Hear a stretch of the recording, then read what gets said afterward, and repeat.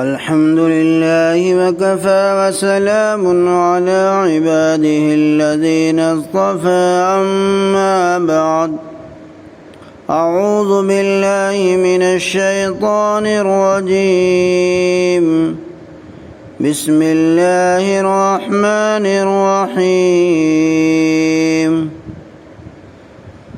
ثم أفيضوا من حيث أفاض الناس واستغفروا الله إن الله غفور رحيم فإذا قضيتم مناسككم فاذكروا الله كذكركم آباءكم أو أشد ذكرا فمن الناس من يقول ربنا آتنا في الدنيا وما له في الآخرة من خلاق ومنهم من يقول ربنا آتنا في الدنيا حسنة وفي الآخرة حسنة وقنا عذاب النار أولئك لهم نصيب مما كسبوا واللہ سریع الحساب۔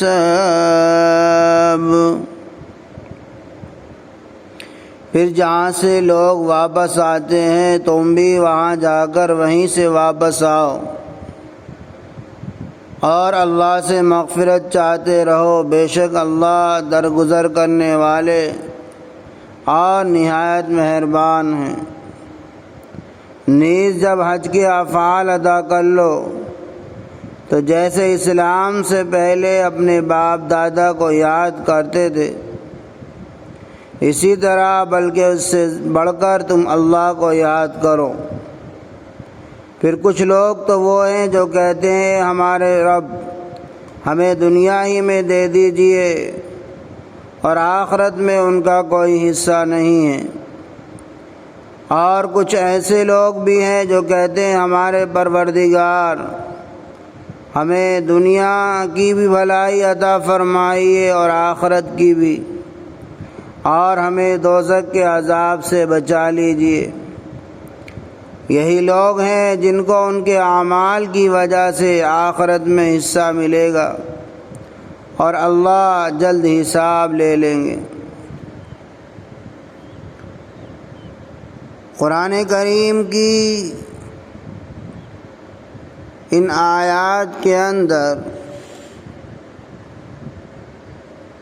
نسلی امتیاز کا خاتمہ کیا گیا ہے۔ اسلام سے پہلے قریش بیت اللہ کے محافظ اور مجاور اور کلید بردار تھے، ان کی ایک ممتاز حیثیت تھی۔ انہوں نے اپنے واسطے ہر بات میں کچھ امتیازی خصوصیت قائم کر رکھی تھی، چنانچہ حج میں بھی اپنی امتیازی شان قائم رکھنے کے لیے قریش یہ کرتے تھے کہ عام عرب تو حج کے ایام میں عرفات کو جاتے اور وہاں وقوف کر کے واپس آتے، لیکن قریش راستے ہی میں مزدلفہ ہی تک رہتے اور مزدلفہ ہی میں ٹھہر کر وہیں سے مکہ واپس لوٹ آتے اور کہتے ہم چونکہ بیت اللہ اور حرم کے مجاور ہیں اس لیے حدود حرم سے باہر جانا ہمارے لیے مناسب نہیں۔ مزدلفہ حدود حرم کے اندر ہے اور میدان عرفات حدود حرم سے باہر ہے۔ اللہ تبارک و تعالیٰ کے اس فرمان نے ان کی غلط کاری کی تردید فرمائی اور حکم دیا کہ تم بھی وہیں جاؤ جہاں سب عام عرب جاتے ہیں، یعنی عرفات میں، اور پھر وہیں سے سب کے ساتھ واپس آؤ۔ اول تو عام انسانوں سے اپنے آپ کو ممتاز کر کے رکھنا خود ایک متکبرانہ فعل ہے، جس سے ہمیشہ ہی پرہیز لازم ہے، اور پھر خصوصاً حج میں، جہاں لباس و احرام کی یکسانیت کے ذریعے اس کا سبق دیا جاتا ہے کہ انسان سب برابر ہیں، امیر و غریب، بڑے چھوٹے، کالے گورے، عالم جاہل کا اس دربار میں کوئی امتیاز نہیں۔ عبادات میں قومی امتیاز اور نسلی برتری کوئی چیز نہیں۔ اللہ کی بندگی اور عبادت میں سب یکساں و برابر ہیں۔ اس کے یہاں اگر کسی چیز کی قدر ہے تو وہ تقوی اور پرہیزگاری۔ محترم سامعین، آگے آباء و اجداد پر فخر کی رسم کا تذکرہ ہے۔ جاہلیت میں ایک رسم یہ تھی کہ حج سے فارغ ہو کر مینا میں جمع ہو کر اپنے باپ دادا کے مفاخر و فضائل بیان کرتے۔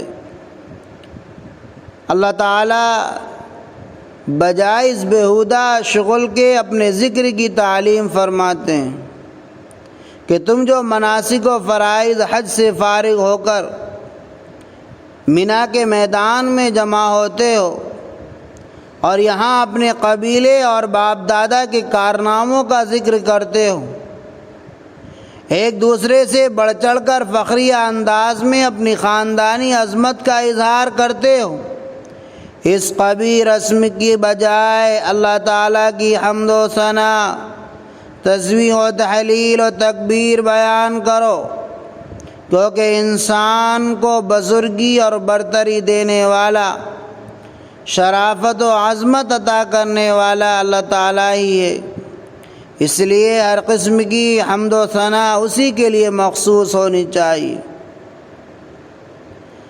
آگے ایک جامع نظریے کی تعلیم دی گئی۔ جاہلیت میں بعضوں کی عادت تھی کہ حج میں ذکر تو اللہ ہی کا کرتے، لیکن چونکہ آخرت کے قائل نہ تھے، لہذا تمام تر ذکر ان کا صرف دنیا کے لیے دعا مانگنا ہوتا تھا۔ ان کی تمام تر دعائیں صرف دنیاوی حاجات، دنیا کی راحت و عزت، دولت، بڑائی کے لیے ہوتی تھی، آخرت کے لیے کوئی دعا ہی نہیں ہوتی تھی، کیونکہ وہ آخرت کے قائل ہی نہیں تھے۔ تو یہاں دعاؤں میں محض دنیا طلبی کی مذمت فرمائی گئی۔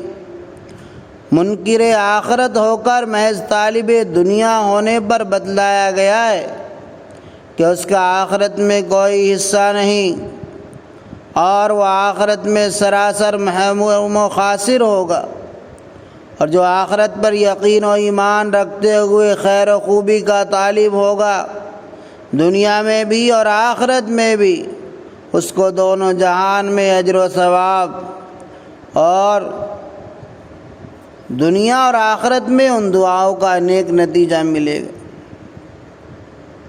یہاں یہی دعا ہے، ربنا آتنا فی الدنیا حسنہ وفی الآخرۃ حسنۃ وقنا عذاب النار۔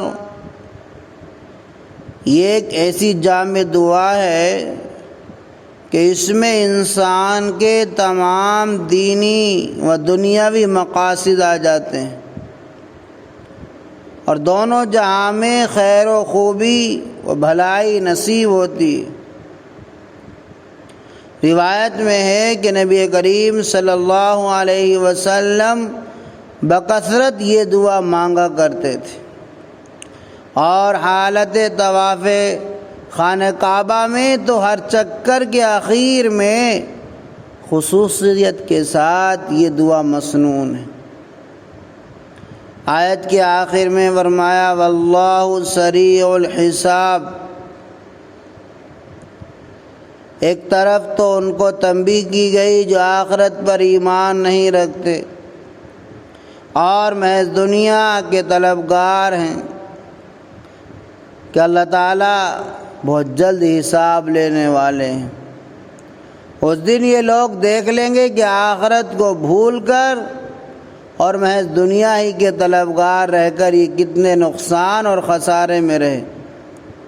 دوسری طرف اس جملے سے آخرت پر ایمان رکھنے والوں، دنیا و آخرت دونوں جہاں میں بھلائی و بہتری کی دعا کرنے والوں کو تسلی ہے کہ تمہیں بہت جلد اپنے نیک عمل اور دعاؤں کا نتیجہ و جزا ملنے والا ہے۔ اللہ تعالی ہم کو دنیا و آخرت دونوں کی نعمتوں سے مالا مال فرمائے۔ وآخر دعوانا ان الحمد للہ رب العالمین۔